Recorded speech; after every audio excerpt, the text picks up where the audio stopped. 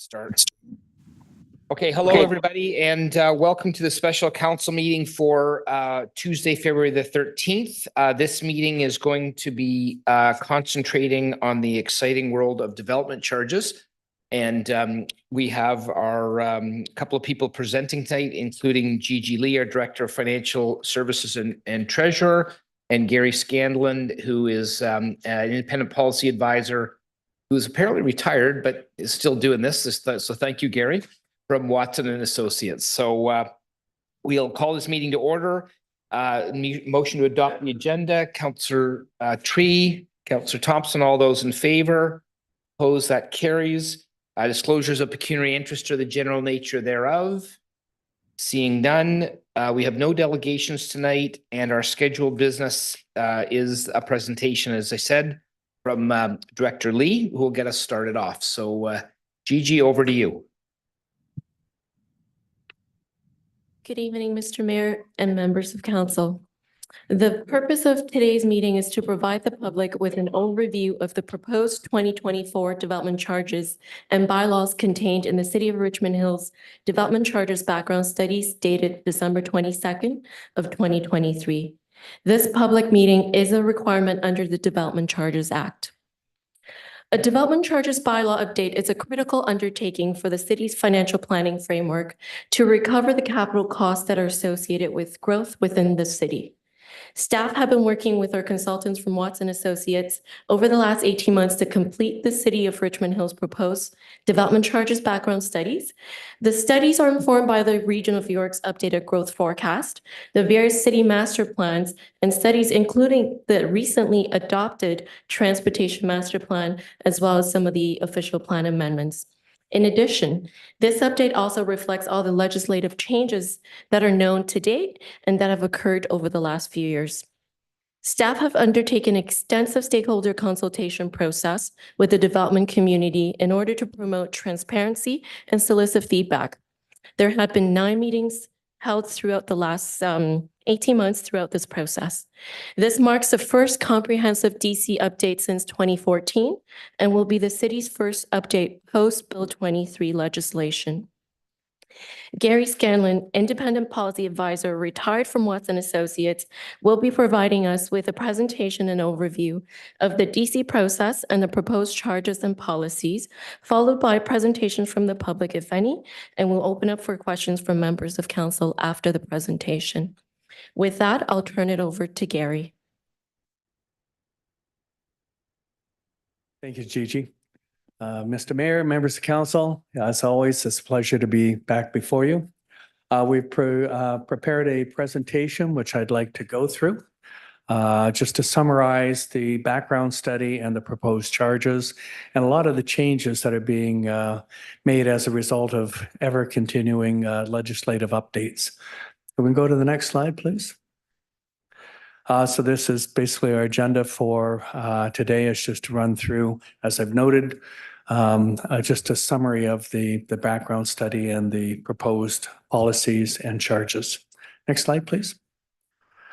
Public meetings mandatory under the Development Charges Act. We have to advertise it in the paper and websites, et cetera, at least 3 weeks before the public meeting, and have the document out at least 2 weeks before, so we've conformed with all the mandatory requirements of the Act. Tonight, no bylaw is being considered for passage, but this is to receive information from the general public. Next slide. As noted by Gigi, we've gone through quite a dialogue, quite a process, not only with staff, but as well with the development community. You can see we started the process in September 2022 and it moved through until now. We have engaged with the developers, as noted, 9 times in a consultation meeting, providing a lot of the background information, answering questions, and full discussions, because right now, as we stand today, you've got 8 area-specific bylaws as well as a bylaw which deals with services across the city. And we are making refinements to a lot of those bylaws. So I'll touch on that as we go through. We're in item 3 right now, which is the, We were with you in October to go through an overview of the development charge legislation, and it was an education system. And then subsequent to that, we have released the background study, and we're hopeful on March 27th for council to consider the bylaw. Next slide, please. And again. So DCs, as noted by Gigi's opening remarks, they're to recover the capital costs associated with residential and servicing residential and non-residential growth. These costs are in addition to what the developers will pay for very localized works. What the Act does is sets out two different categories of costs. The first one is called local service, which is basically the very localized cost. Let's say if you have a subdivision, the internal water, the internal sewer, the roads, the sidewalks, those type of costs are basically the developer's full responsibility. What we include in the development charge calculation is those broader costs. And within the appendices, we've set out more specifically what the responsibilities are of the developer. Next slide, please. With changes introduced by the province, they've narrowed the number of services down to 19. And the ones that are highlighted in the more bluish color are the ones that are proposed to be included in the city's bylaw. We would note that there will be a category called public works, and that's kind of amalgam of different services. As you can see that the province sets out water, wastewater, storm, where public and roads, where public works generally service all four of those categories. So they've noted it as a class. So we've included public works as a class of services. Next slide, please. There's been many changes, and we went through the summary with council in October. We've gone through Bill 108, 138, 197, and 213, and have noted the legislative names of those acts. And those were the basis for us doing an update in 2021. We passed the bylaw in 2019, but we updated it in 2021 to deal with all of these legislative changes. Subsequent to that, there's been more changes, Bill 109, 23, and 134. And those are changes further that we need to incorporate within the legislation, and we'll touch upon those. As well, the province has announced that they're further looking at some of the adjustments that they had introduced, say through Bill 23. They've indicated that they may make some further modifications, potentially some beneficial to municipalities, but we're yet to see the product of that. And I'll touch on a couple of those as we go through. Next slide, please. So Bill 23, which was the More Homes Built Faster, these are ones that provided a number of reductions to municipalities. They did allow for community benefit charges to be changed from what was there before, and they changed the parkland dedication legislation. Once again, these are changes that we've been before council to discuss with you, and you've implemented additional bylaws under those changes. Next slide, please. So there are a number of exemptions that were introduced. So there was a handful of mandatory exemptions before.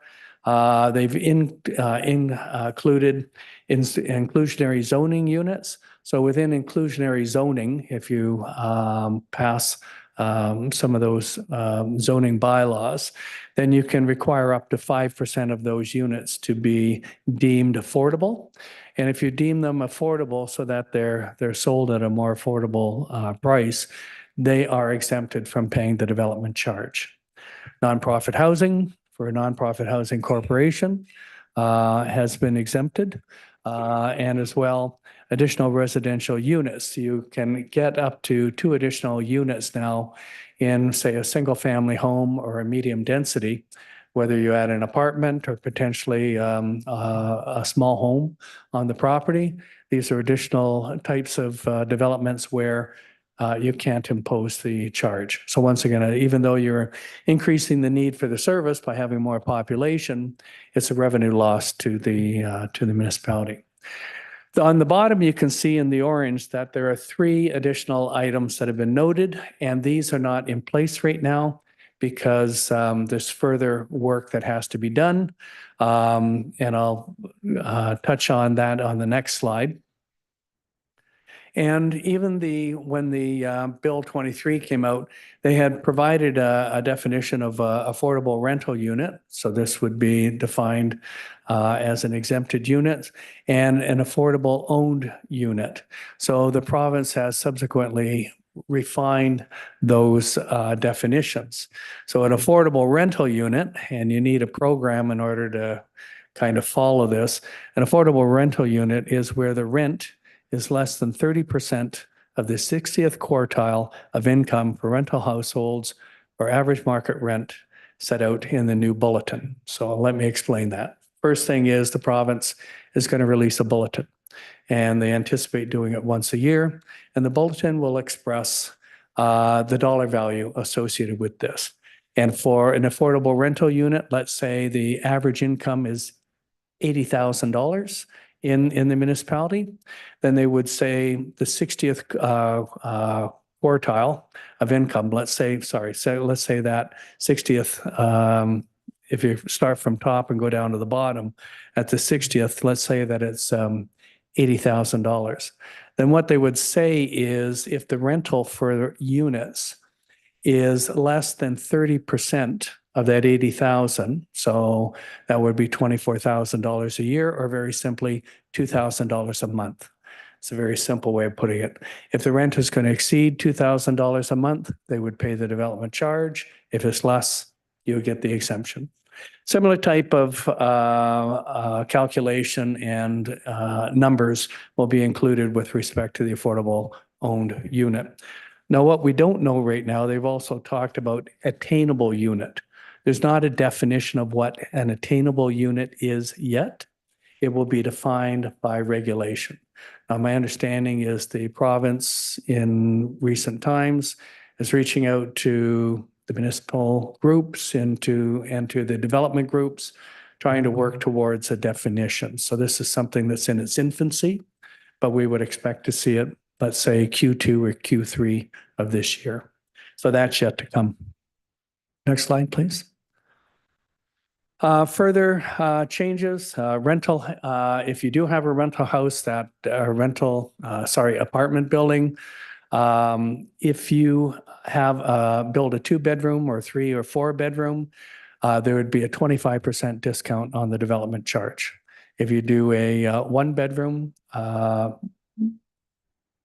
then it would be 20%, and then I think I've got this wrong. I think it's 3 or more is 25, 2 is 20%, and then bachelor and 1-bedroom is 15%. There's further revenue reductions at the regional level. They've removed municipal housing as an eligible service. There's capital cost amendments. So they were looking to remove studies and land from the charge. Studies have been removed at this point. They haven't defined what type of land would be removed. So there's further loss of revenues to fund those studies. Historic service standards, we used to do it over 10 years. They've increased it to 15.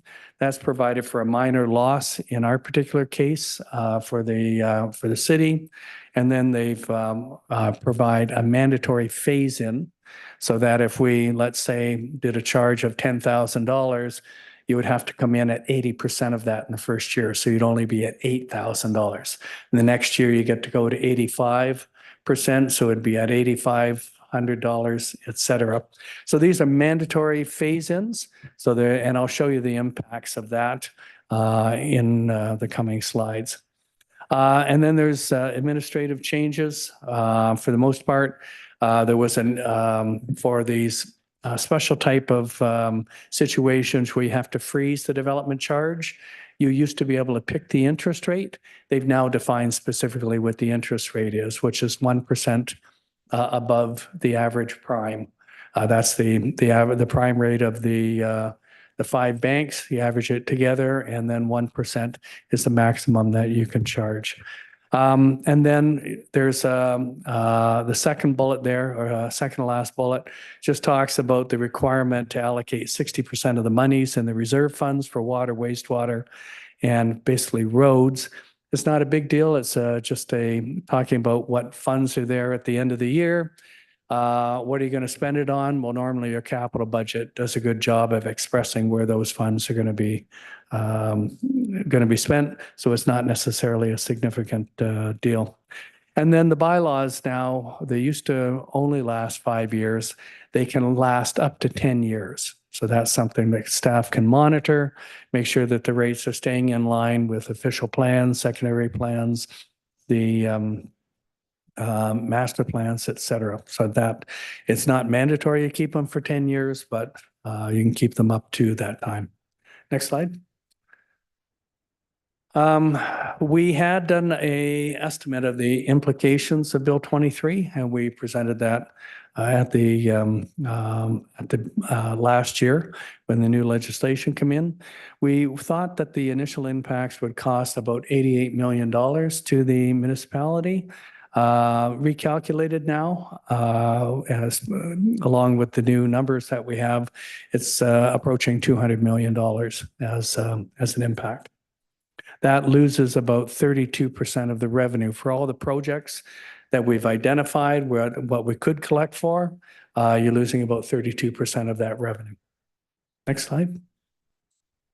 Pardon me? That's why I've retired, sir. Yeah, okay.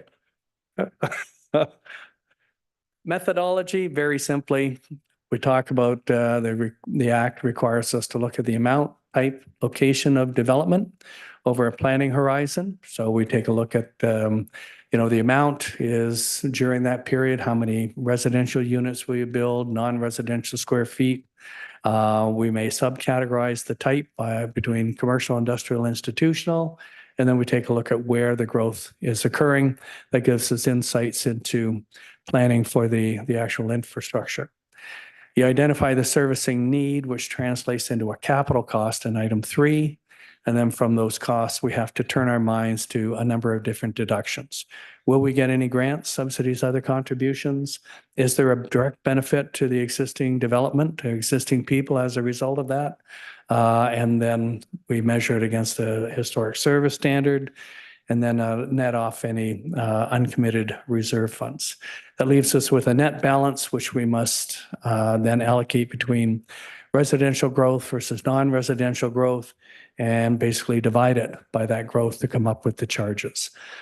Fairly straightforward, but actually very complex because there's about 175 case law, OMB or OLT decisions that we have to consider as part of all these definitions and these calculations. And plus the legislation has roughly about 80 some odd sections to it. So it's not for the faint of heart. Ergo why I'm retiring. So next slide, please. So very simply put, what's the cost of the infrastructure to support the growth?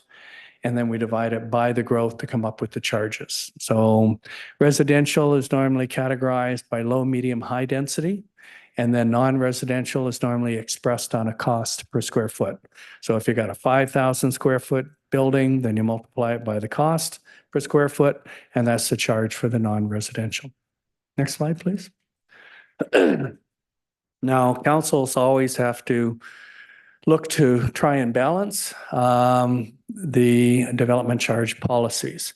As on the top, the oval, as growth occurs, there is money that has to be spent on infrastructure to accommodate the growth. Additional water mains or upgrades for sewers or stormwater management, roads, et cetera. So these costs, your choices, what's available to you is you can either collect as much as you can from the development charge, so that's on the lower left-hand side, but it's not mandatory that you have a bylaw. So if you don't collect, what happens then is your property taxes and your water and wastewater rates end up, and your stormwater rates end up funding the totality of those charges.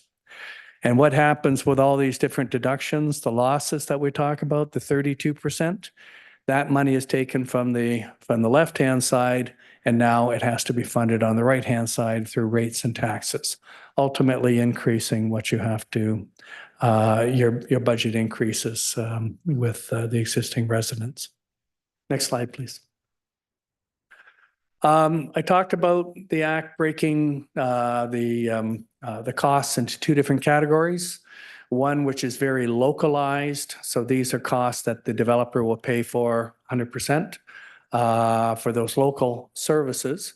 And then we take the broader costs and calculate them in the development charge. So we do have a whole appendix in the background study that lays out all the different parameters. You can see we have how we're going to treat with local or rural or collector roads, intersection improvements, street lights, active transportation, et cetera. This is all laid out in the local service policies, which are there. There's been some refinements from the last time around, but they're not significantly different. But still, staff are guided when these development applications are coming forth to consider whether it's a developer cost or a municipal cost. Next slide, please. So with new infrastructure, just simply put, the way that we've laid it out, if it only services one development, then the developer pays for it. If it's more of a localized area, then we would look for the developers benefiting from that to fund it through a cooperative agreement amongst themselves. And if it's servicing a larger area, then we drop that into our development charge bylaw, or falls into a broader development charge bylaw. And similar with the existing infrastructure upgrades, benefits one developer, then they pay for it. If it's a local area development, there may be some money that we would contribute back through a development charge, but a lot of it still remains the developer and local agreement. And then the last one, once again, for these larger works, it's a development charge. Next slide, please. So to go through the rates, next slide, please. Yep. So what we've tried to present, and I apologize for the smallness of the chart, and I'll have to go to my reference here to take a look at it myself. What we've given you is what the current charges are, and that's the most left-hand column. And then as we move across, the next dark blue column is the calculated charge. So for the single detached unit, you can see your current charge right now is $29,110, and the calculated charge is $44,950. As I've noted, the province is requiring us to phase those charges in over time. So in the first year, upon passing the bylaw, even though if council considers passage of that $44,950, we can only charge the developments for the first year $35,960. After the 1 year anniversary, we go up to $38,200. The next anniversary at $40,455. The fourth anniversary is $42,700, and finally in the fifth year we can collect $44,950, which is the 100% amount. So we've given you in the following tables, just for complete disclosure, we've given you the rates that we've calculated along with the staged timing. Now, keep in mind, this does not include any of the exemptions that I talked about. So these are the pure calculated charge, and they only include the phase-in. But if it's something when we get an apartment and you get an extra 25% discount, that gets applied to whatever I'll present to you in a moment. So the next slide gives you the medium density, which we called multiples. And the calculated charge is $23,832, and we're going up to roughly $37,400. And once again, you can see the corresponding steps to get there. So in the first, upon bylaw adoption, we go from 23.8 to basically 29.9. The next slide gives you the large apartments, and they're currently calculated at $19,854, and they're going to $28,400 roughly. Small apartments, We're going from 12,753 to 20,151. And once again, the corresponding steps over the next 5 years are presented in the lighter blue columns. On the non-residential side, we have two categories. Next slide, please. And we have, the city has had this distinction for many years. You have a charge for retail, and retail is defined more as more of the commercial type of undertakings. And you go from $11.72 per square foot, and it's going up to $16.50. The first step will take you from the $11.72 to $13.20. So basically about $1.40 in the first step and about $1.40 each year after. On the non-retail, which is more of your industrial type of developments, we're going from $8.56 to $13.25.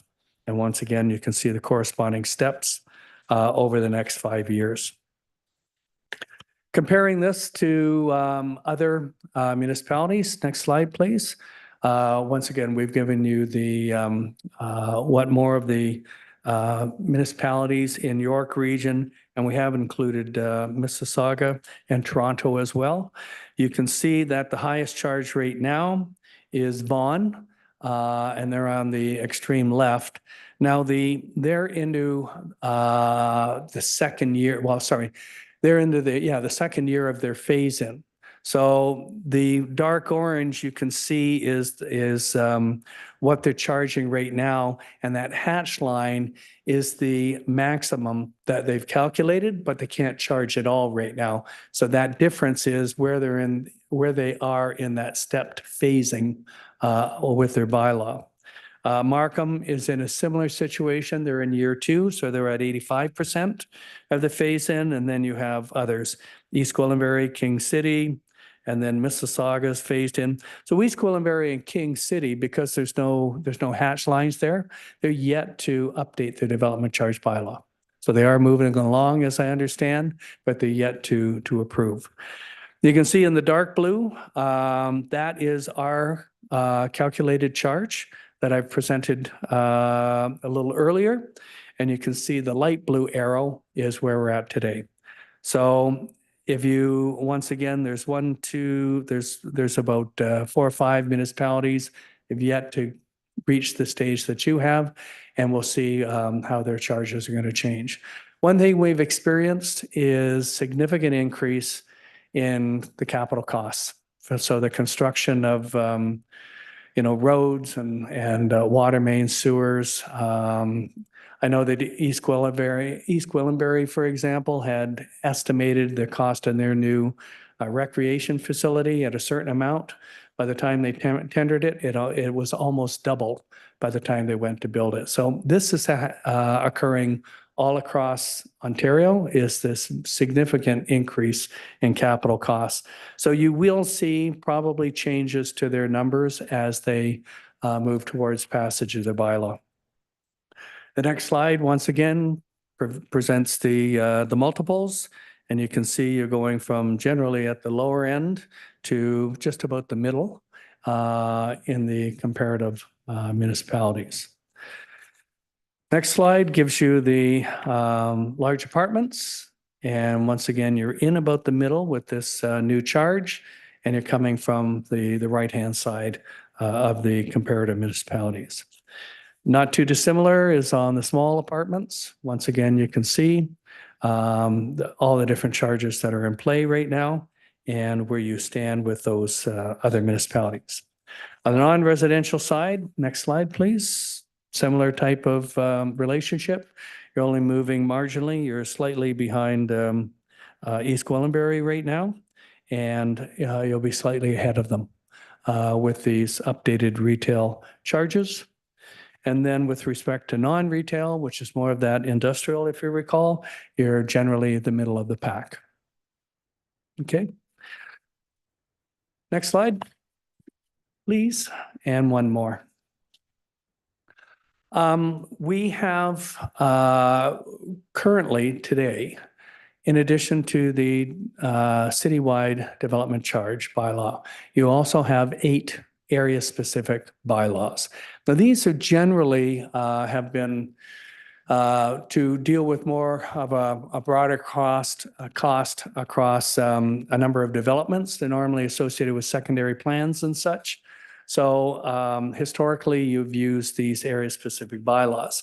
Through the process with the development community, we've talked about collapsing these bylaws. At a certain point, you're going to move towards municipal-wide. So these area-specific bylaws will, as they kind of get built out, you're going to move to a citywide charge. So there's 6 of them that we felt that would be appropriate if we collapse them into the existing bylaw. And there's 2 that will continue. The Headford, which is excluding the storm, the Headford area is also identified to continue the bylaw. We've noted this in our background study. But right now, it's the charge in play is just under $322,000 a hectare. And the updated charge is $255,600. So there is a reduction in the quantum of the charge, but we're proposing to continue that bylaw. The Bayview Northeast would also continue, and it's going from roughly $591,000 currently to $346,000. So it'll be a reduction. So those are the charges that are also being considered when we have the bylaws before you. There'll be 3 different bylaws we'll ask you to consider. Next slide, please. There's the mandatory. So just wanted to highlight once again, with the bylaw, we need to include all of these additional exemptions that the province has laid out for us. So I've already gone through them for the most part, so I'll leave it at that. There were mandatory exemptions in play. You can see there wasn't many. You can't impose your charge on the region or the school boards. Similarly, if you build a building, they can't impose the charges on you. There is industrial building expansion. So if I have a 100,000 square foot industrial building, I can add up to another 50,000 square feet and not pay the charge. But if I build 75,000 square feet, that 25,000, which is over the 50%, would be chargeable. And then there's an exemption for university lands.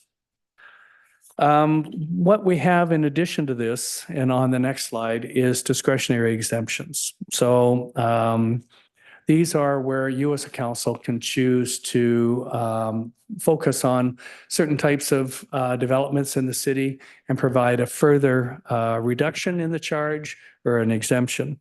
And currently in the bylaws, and what we're looking to continue is public hospitals, gross floor area of place of worship, and they would get up to 5,000 square feet exemption. And then relocation of heritage buildings within the boundaries of the city. So these are ones that we would look to continue.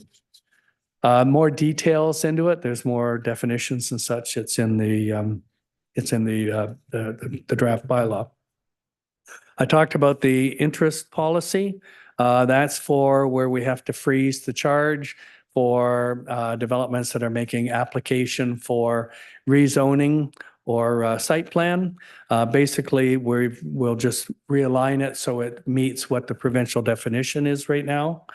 And then you do have a deferral for large office buildings. So these are, if it's minimum 4 stories, minimum 50,000 square feet, then there would be a deferral so that the charge wouldn't be paid upfront. And you can see in the schedule there, the different number of years for the deferral.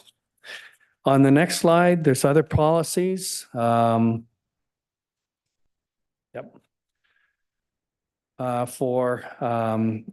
the office buildings, and there's a citywide deferral up to 18 months after the date the building permit is issued. So that's for those office buildings. And then a deferral as well for not-for-profit organizations. Next slide, please. So that just brings us to the end. Just recapping that we are today having the public meeting. And then subsequent to this, council would consider the bylaw on March 27th, council. So I would turn it back to you, Mr. Mayor, for any further steps in the process. Okay, well, thank you very much, Gary. I appreciate that. Man, that is one thorough process and report. I would, I guess maybe what we should do here is, I think there may be some questions of you regarding specific things, but I'll bring it over to council. Now, I need somebody to move the motion so we can get the discussion started. Who would like to do that? Councillor Silovitz, I need a seconder on that. Councillor Thompson. Okay, so let's, we have a motion on the floor then. So Councillor Silovitz, do you want to get us started? Sure. Thank you, Mr. Mayor. Good evening, everybody, and thank you, Ms. Lee and Mr. Scanlon. It's always a pleasure to have you, join us, Mr. Scanlon, and we will miss you when you are finally retired. But we hope you will come back and visit sometimes. You've been an excellent pseudo staff member. I just have one question. And I don't want to sound facetious, but it's just bothering me.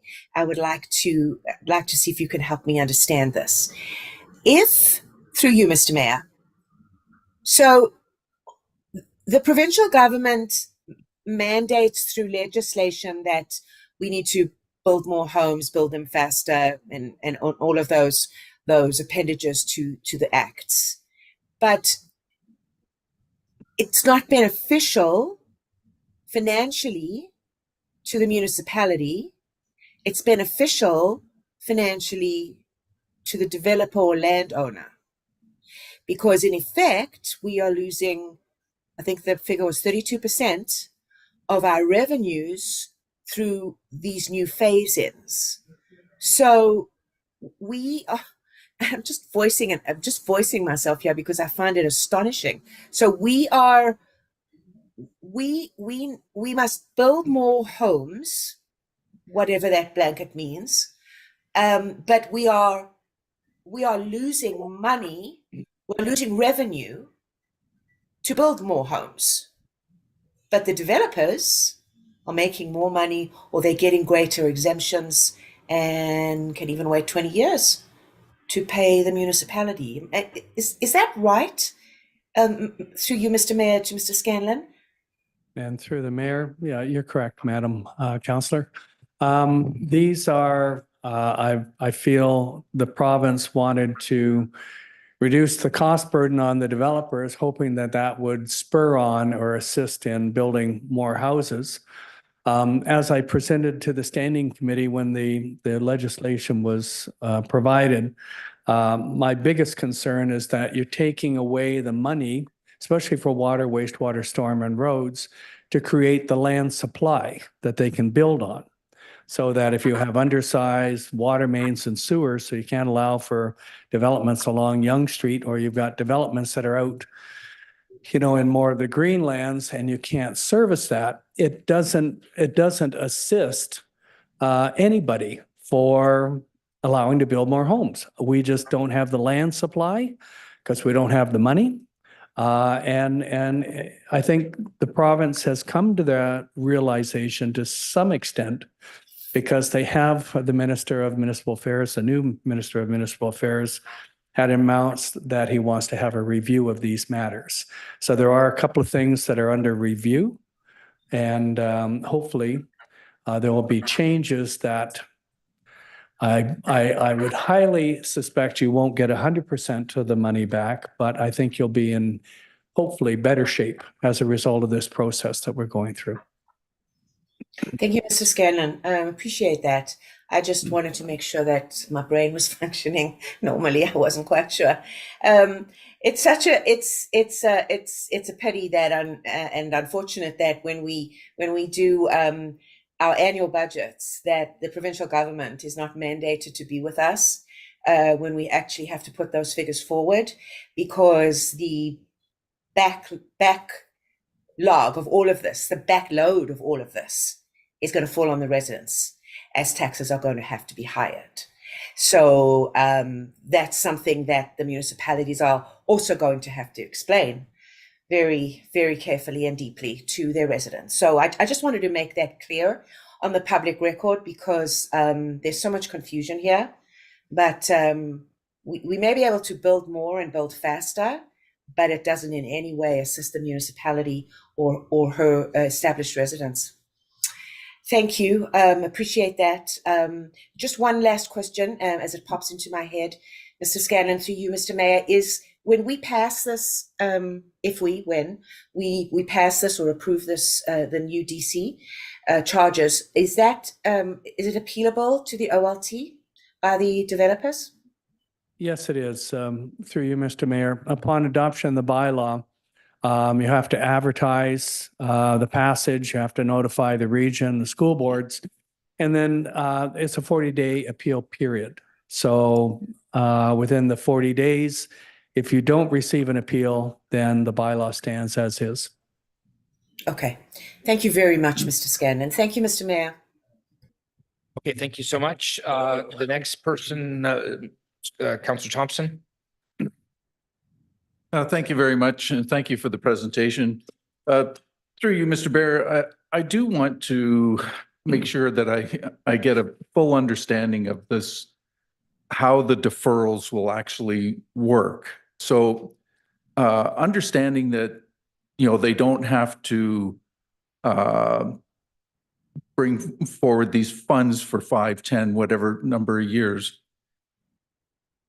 We also know that a lot of companies go out of business, so I'm trying to sort out, is there some mechanism that goes in place that ensures that those funds will still be available to secure at those 5, 10, 15-year marks? So I can start, and then under the legislation, there's a specific section which says if any unpaid amounts remain outstanding, then you can apply them against the land as tax, similar to taxes. So they have an elevated status, just like property taxes do. And I think Gigi wanted to have a moment.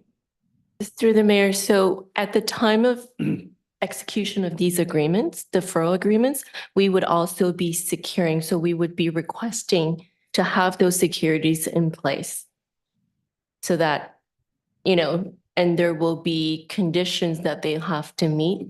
So on an annual basis, if they don't meet the requirement of making those payments, we would then draw down on the securities that we have.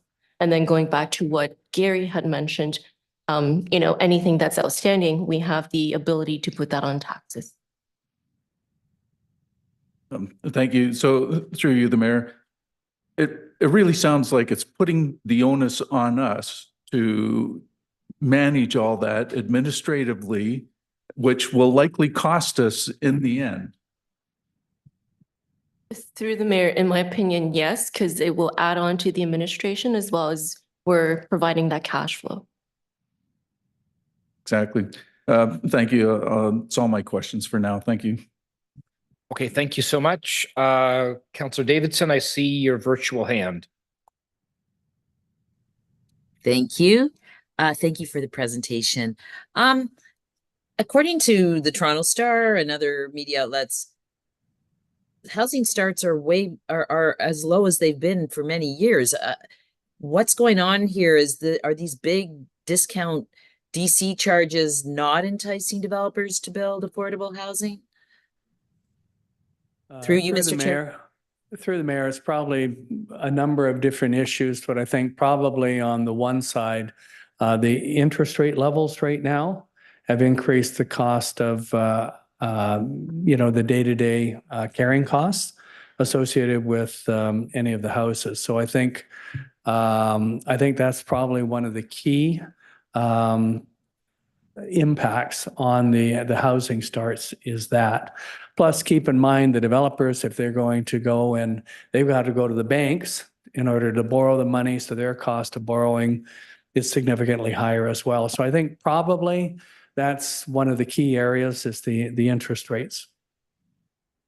Thank you. And through you, Mr. Chair, why do I think that municipalities have been enticed to get like there's rewards from the province if you reach targets and you'll recover more money. I'm not clear on what the payback is, but I thought at some point they dangled a carrot that said if municipalities reach various targets of affordable housing, that we will receive some money from the province in support.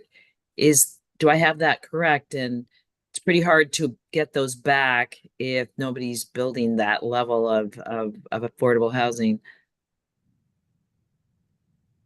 I can probably answer that if you'd like. The Building Faster Fund is what you're describing, and the Building Faster Fund is measuring our ability to pour foundations, but we don't pour foundations. We approve units to be built. So there has been quite a lot of discussion through a number of different organizations like AMO and OBCM, and I suppose to some degree here on council, where we've let the provincial government know that they're rating us on something that we have absolutely no ability to do.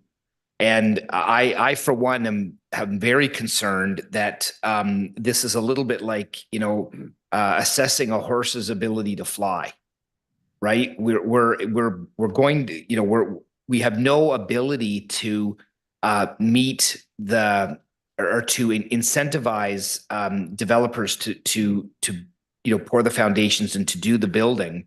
And that's what the money from the Building Faster Fund will be contingent upon, on achieving. And, if the municipality is lucky enough, and there are some where the conditions are right, that they are, the builders are building and they're meeting their targets and all that kind of stuff, they'll get the money. But otherwise, as far as it is at the moment, we won't. You have to meet 80% of the yearly target. And there's many, many, many municipalities in my travels through OBCM and others that are not going to be meeting their targets in that, at least not in the current environment. Thank you. Thank you, Mr. Mayor. And through you. So if we're short 32%, and I'm no math whiz, but does that mean just to break even, we would have to charge 3.2% extra property or extra tax for 10 years every year just to cover this, and then pay for whatever else we need in terms of sustaining the city? Have I got that right? Like, it's basically 3.2% a year for 10 years that it would cost just to keep us even, losing 32% over 10 years. Ms. Lee? Through the chair to Councillor Silif, it's actually going to be more than 3.2%. Because overall, we're looking at $190 million, right? So $190 million over 10 years, average $19 million a year.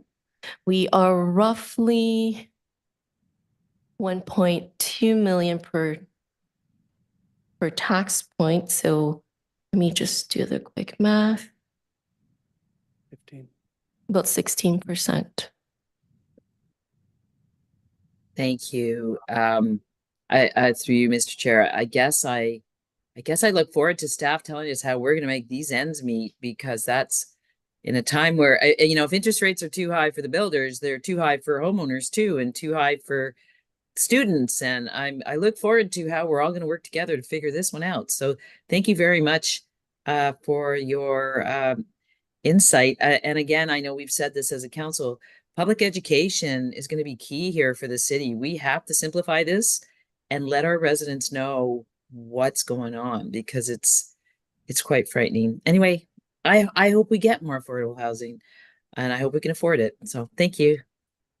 Just to make your life a little bit more concerning, Councillor, don't forget that, we're not counting the amount of money that the region is losing. And the last time we checked in on that, we were losing about $5 million a month at the regional level. And I mean, everybody pays regional taxes within the tax rate that they pay. So it's not, it's worse than what Ms. Lee is saying. That's from the municipal perspective, City of Richmond Hill.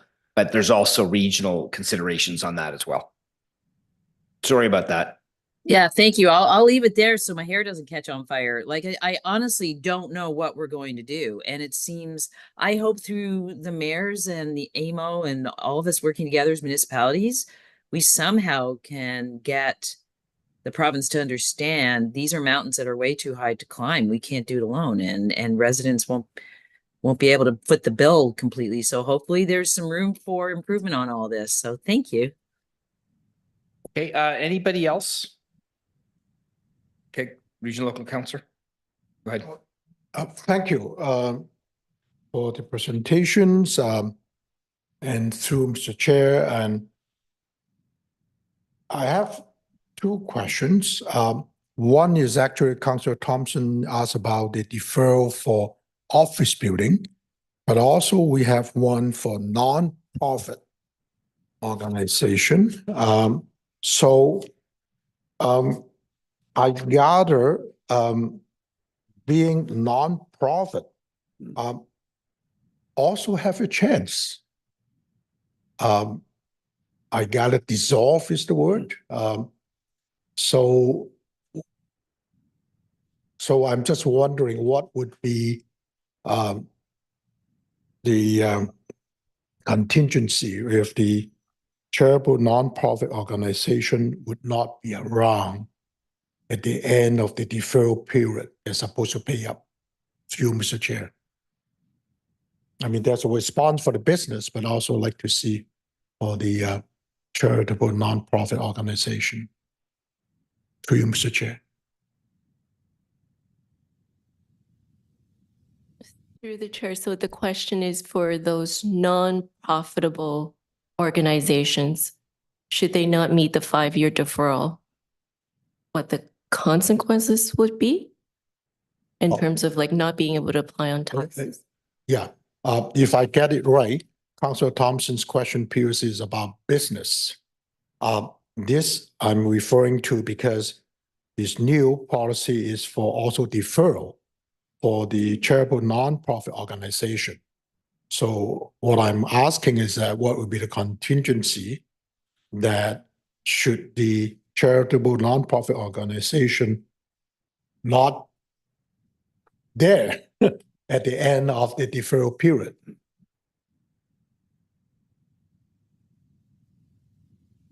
I know it's a what-if question, but that's why I asked for contingency. Yeah.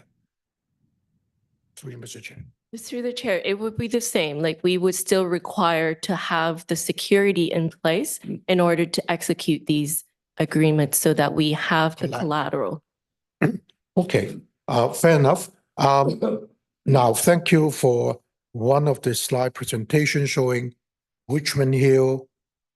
In this case, it would not be at the top end in terms of even after this will be accepted in terms of development charges rates, particularly single detached and semi-detached, which is what we're seeing here. Help me perhaps to, I guess, respond to, I'm imagining, well, we no longer had a community newspaper and Toronto Star, who knows, might pay attention to us. I'm referring to page 1 of this written submission by the bill, building industry and land development. But of course, it's for the building industry and land development. I got it. Yep. But they're talking about the citywide DC rates proposed increase 54% per single detached unit. And between, you probably have the copy, but just for a record, 43%, 58% for other residential dwelling types. And then they go to as high as 93%, probably the cherry pick, whatever the highest number. But help me understand, like, number one, are those indication or those information or that statement is actually factually correct? Help me understand, through Mr. Chair or someone. So through the mayor, through the chair. Yeah, they talk about a 54% increase in the single detached. Now that's in part a result of all the additional costs that we've talked about. As my example for East Gwillimbury, it doubled from what they originally had for their rec facility. But as well, keep in mind that we're also collapsing 6 of the area-specific development charge bylaws. So there are some outstanding costs and such, and they've been rolled into these costs as well. So in putting it all together, yeah, that's the magnitude of the increases. We have a very similar percentage. I'm going to be with Hamilton next week, City Hamilton, and they're a little bit lower than that, but they're in the same order of magnitude. So it's what we're seeing in the costs. Thank you. I appreciate that because I'm just thinking, somebody reading somewhere say, wow, it's alarming, but you explain it and this is not unique or special or unusual because of a number of things that embedded in it. So thank you. At least that it helps me to explain to whoever making inquiry, look beyond the number. Okay, thank you. Thank you, Mr. Chair. I think this is important because they put it in writing. It is what it is, right? Thank you. And if I could, through the mayor, these letters that we have received, we will be responding to them.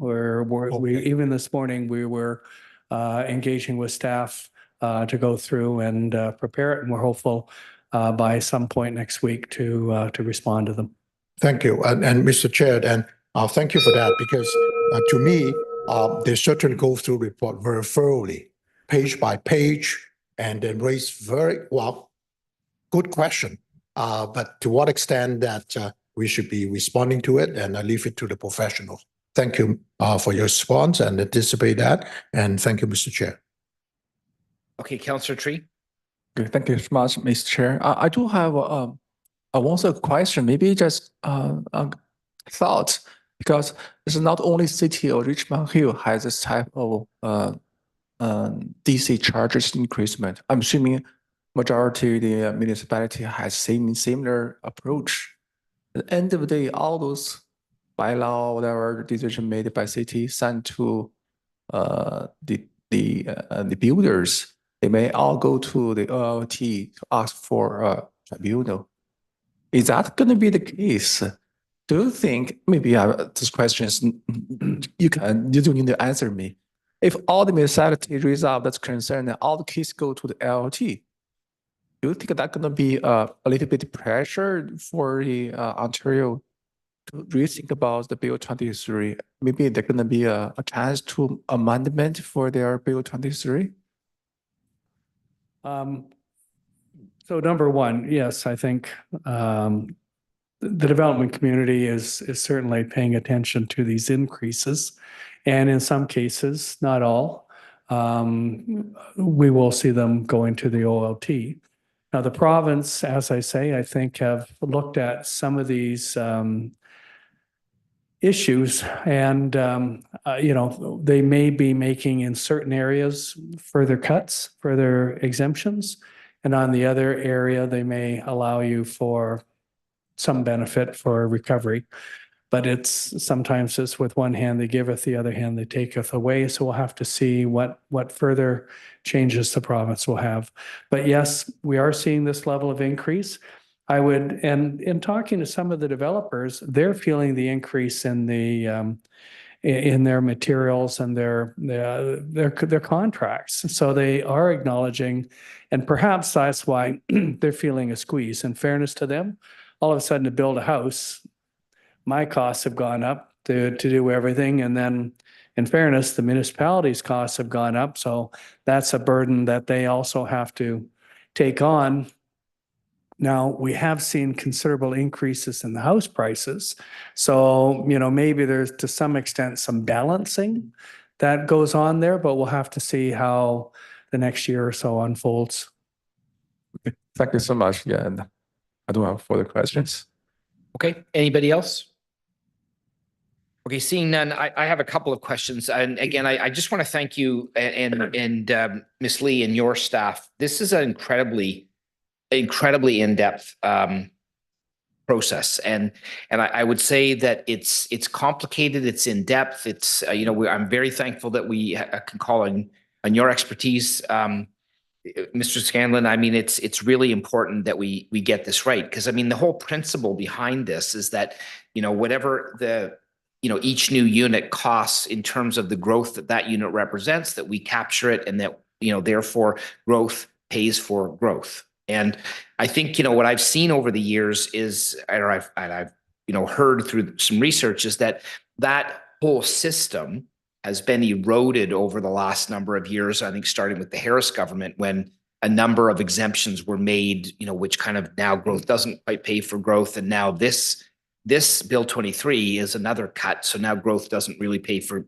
growth. And, you've outlined that, we could be looking at reductions in as much as 32%. That's very significant. And it frankly keeps me up at night wondering, whether even this system of development charges really is even viable anymore. It seems like if the system was designed to work, and then we've chipped away at the system and kind of ruined the machine, is the machine actually operating in an efficient way anymore? And I would have to say I'm concerned about it.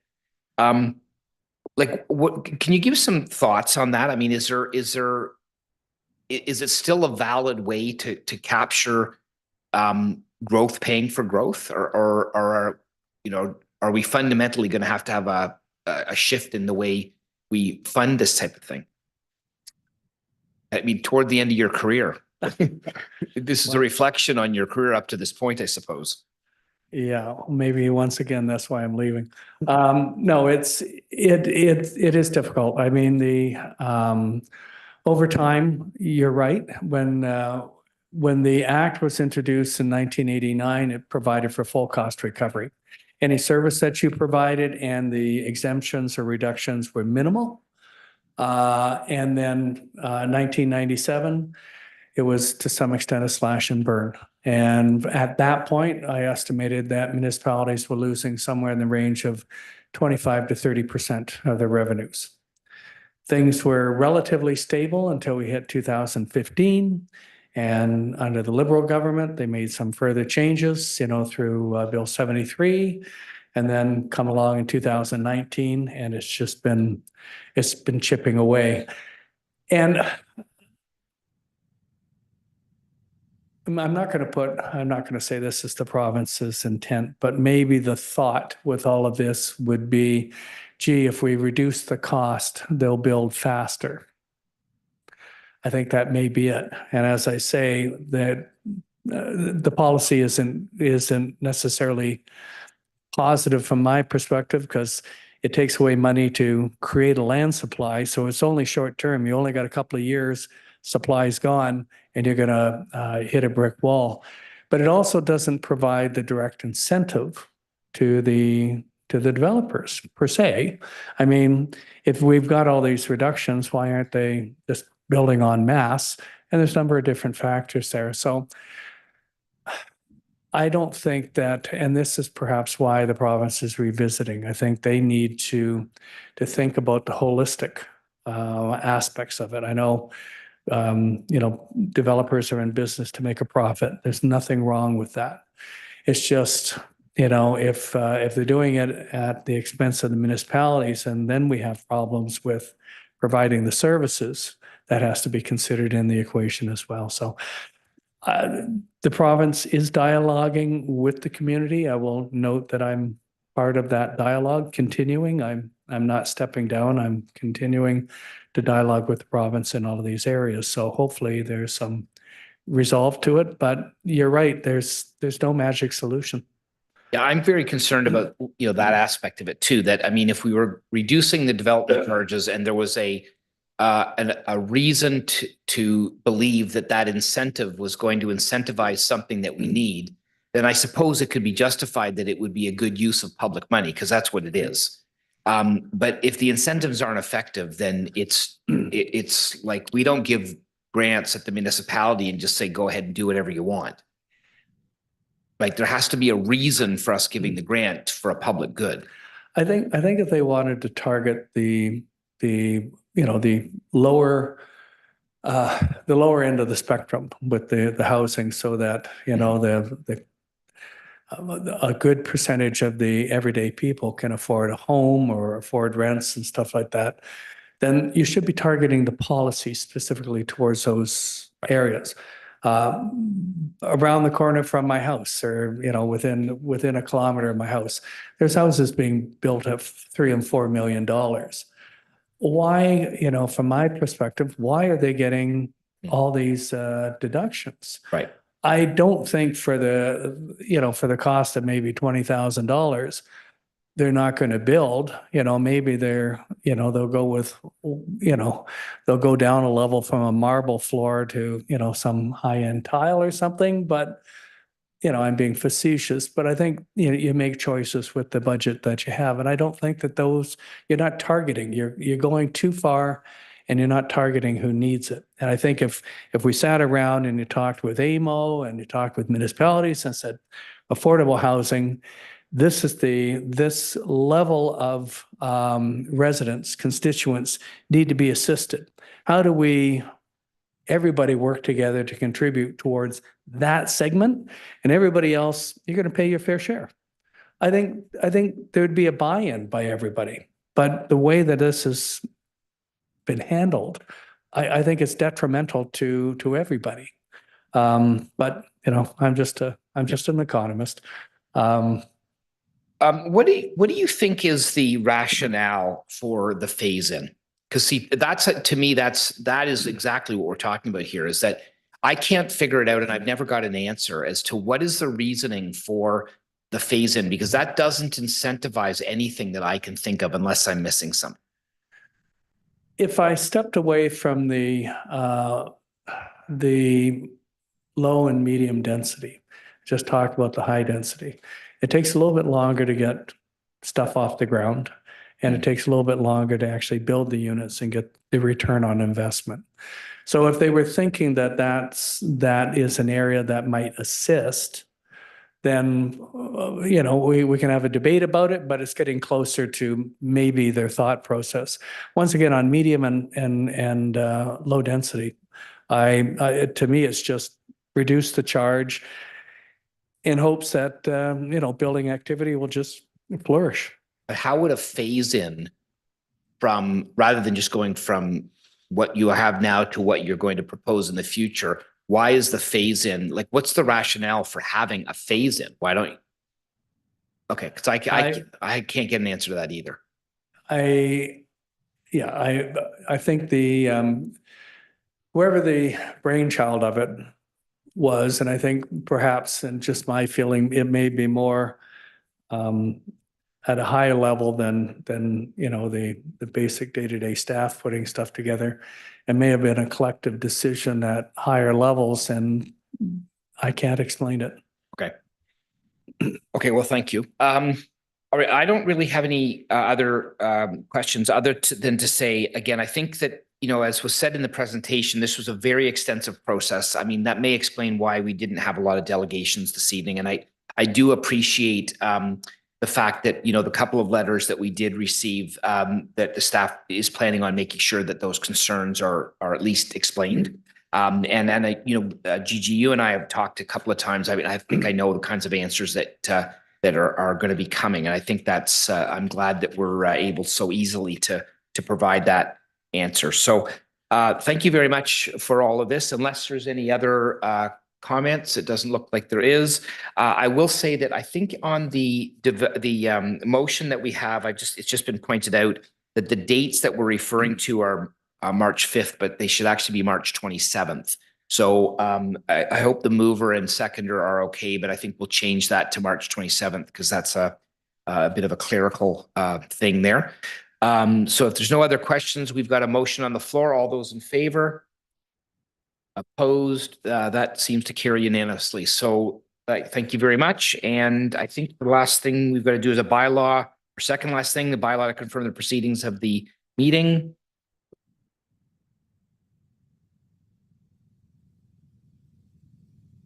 Okay.